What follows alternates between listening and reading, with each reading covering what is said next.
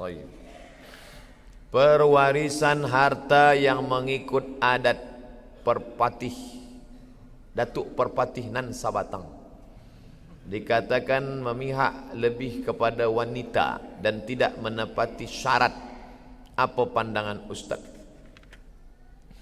Yang dapat warisan hanya wanita saja, lelaki tak mendapatkan warisan. Lelaki bilik pun tak dapat, tidur pun di surau. Ini adalah adat tradisi jahiliah. Kata siapa? Kata orang yang jahil. Dia tak faham. Tanya dulu baik-baik. Saya orang Minangkabau, misal merantau ke suatu negeri, maka di negeri ini saya pun kaya raya.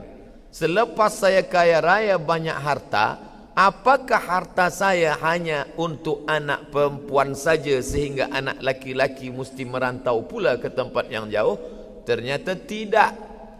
Ustaz tahu dari mana? Saya tanya sahabat saya, kamu merantau ke Pekanbaru, Riau, dari bumi Minangkabau. Ya. Selepas itu kamu berusaha mencari rezeki, dapat rumah, dapat kereta, dapat tanah. Ya. Bila kamu mati, janganlah kuat-kuat sebut mati. Okey. Bila kamu mati, yang dapat harta kamu anak perempuan sajakah atau anak lelaki? Anak lelaki aku dapat 2 kali bahagian anak perempuan. Oh, kalau begitu kamu Islam. Siapa kata aku tak Islam?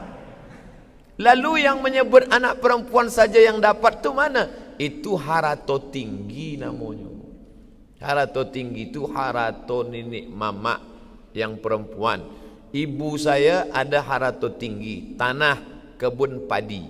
Nanti bila dia meninggal, itu dibagikan pada anak perempuan. Nanti bila meninggal anak perempuan, turun kepada cucu perempuan. Itu semacam harta wasiat. Dia tiada hak milik, hanya hak pakai sahaja. La yurasu, tidak diwariskan. Wala yuba'u, tidak dijual. Wala yuhabu, tidak dihebahkan.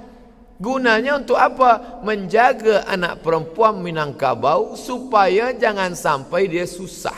Saya bukan nak bezakan dengan suku-suku lain, suku Jawa, suku Sunda, suku Batak. Cubalah tengok perempuan-perempuan Minangkabau. Ada tak dia susah mencari nafkah rezeki sampai pergi merantau jauh? Walaupun ada tapi tak banyak. Sebab apa? Sebab dia di kampung halaman menikah dia dengan lelaki. Kebetulan lelaki ni tak pula baik. Nama Fir'aun. Tak ada bagi nafkah. Di mana dia nak minta? Kalau suku lain dia minta pada saudara dia. Ada saudara lelaki dia. Saudara lelaki baik, bini tak baik.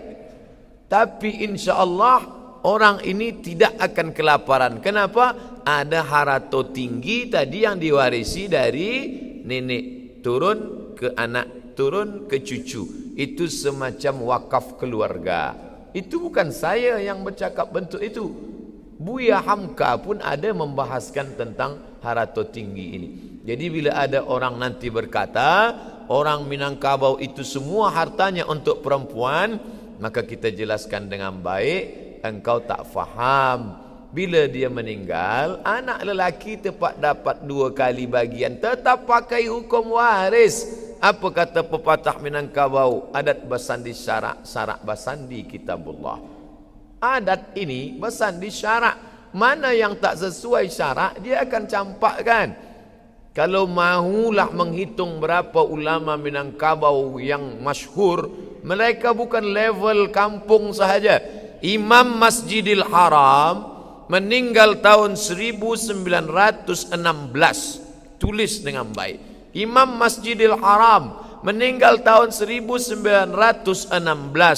Namanya Syekh Ahmad Khatib. Alif lam mim nun kaf ba alif waw ya, 9 huruf. Saya masa tengok apalah cara baca ni, alif lam mim nun kaf ba alif waw ya, rupanya lama saya baca Al-Minkabawi, Minangkabau.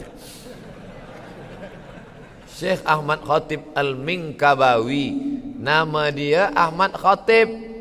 Merantau, anak pemuda Minangkabau 2. Kalau tak pandai mengaji, pandai bersilat. Kenapa pandai mengaji? Sebab dia duduk kat surau. Di surau dia bersilat. Lalu kemudian selepas remaja merantau ke Makkah. Nasib baik kalau tuah ada di badan, pasir digenggam menjadi intan. Ahmad Khatib Minangkabau hafaz Quran, hafaz fiqh Syafi'i, hafaz hadis. Nasib baik dekat dengan Syekh Saleh Al-Kurdi. Syekh Saleh Al-Kurdi orang kaya dari Kurdistan. Anak gadis dia pula cantik. Menikah dengan anak Syekh Saleh Al-Kurdi. Selepas itu Syekh Saleh Al-Kurdi dekat dengan penguasa Makkah, Raja Makkah, Syarif waktu itu dibawa ke istana. Syarif jadi imam. Allahu Akbar. Ditakdirkan Allah salah baca Quran. Diluruskan Syekh Ahmad Khatib dari belakang. Diluruskan. Kalau meluruskan bukan kata salah tu imam, bukan macam tu. Bukan senang nak luruskan bacaan orang. Dia luruskan. Selepas itu bercerita dengan Syarif. Kata Syarif, engkau punya ilmu Masya Allah. Diangkatlah jadi mufti mazhab Syafi'i di kota Makkah Al-Mukarramah. Dan dia masyhur. Cari nama dia. Kitab dia dicetak di Darul Fikri Beirut. Syekh Ahmad Khatib Al-Minkabawi. Manakala saya sampai ke Rabat Maghribi, saya belajar di Darul Hadis. Darul Hadis menerima pelajar penuntut ilmu 20 orang saja setahun. 15 orang Maghribi, 5 yang bukan Maghribi. Masuklah Tuan Syekh, jubah 2 lapis, pakai sorban. Masuk dia ke dalam, dia tengok semua pelajar baru. Dia tengok ada yang unik satu. Ini dari planet mana ni? Dia tanya saya, man anta? Masmuka? Ana Abdul Samad Syekh. Min aina anta? Ana min Indonesia. Hal ta'rif Syekh Yasin Al-Fadani? Al-Fadani, Padang. Hal ta'rif Syekh Yasin Al-Fadani? Kata dia. Saya jawab, araftuhu musnidud dunia. Ahli sanad di dunia ini Syekh Muhammad Yasin Al-Fadani. Meninggal tahun 1990. Jawatan terakhir rektor Darul Ulum Makkah Al-Mukarramah. Semua sanad-sanad ulama pasti dalam nama Yasin Al-Fadani. Syekh Ali Jum'ah Mesir, Mufti Mesir, Syekh Ali Jum'ah. Dari mana dia dapat hadis? Tengok sanad Syekh Ali Jum'ah. Haddatsani Syekhi Syekh Muhammad Yasin Al-Fadani.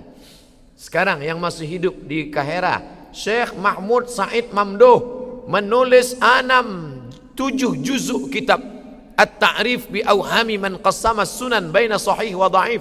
Hadis-hadis yang didhaifkan Syekh Albani, dhaif, dhaif, dhaif, dhaif. Apa kata Syekh Mahmud? Bal sahih. Hadis yang didhaifkan Syekh Albani sahih. 7 juzuk. Tengok sanad hadis dia. Syekh Mahmud Said Mamduh dari siapa? Syekh Muhammad Yasin Al-Fadani. Sebenarnya Syekh Maghribi itu nak angkat derajat saya, supaya orang Maghribi yang ada di kelas tu jangan anggap saya rendah.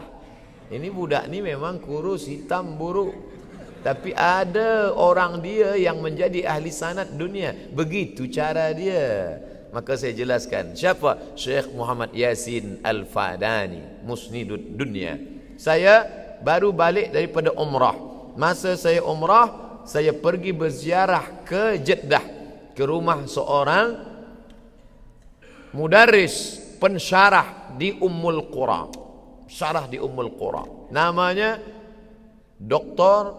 Syekh Abdullah Saleh. Ujung namanya Mangkabu. Saya tanya, apa Mangkabu? Minkabawi. Kenapa tak panjang? Orang Arab Saudi sekarang payah nak sebut Minkabawi. Jadi ujung nama Syekh Abdullah Saleh Minkabu. Saya datang ke rumah dia dengan sahabat-sahabat saya. Dia bagi makan, dia bagi minum, dia bagi semua, dia jamu.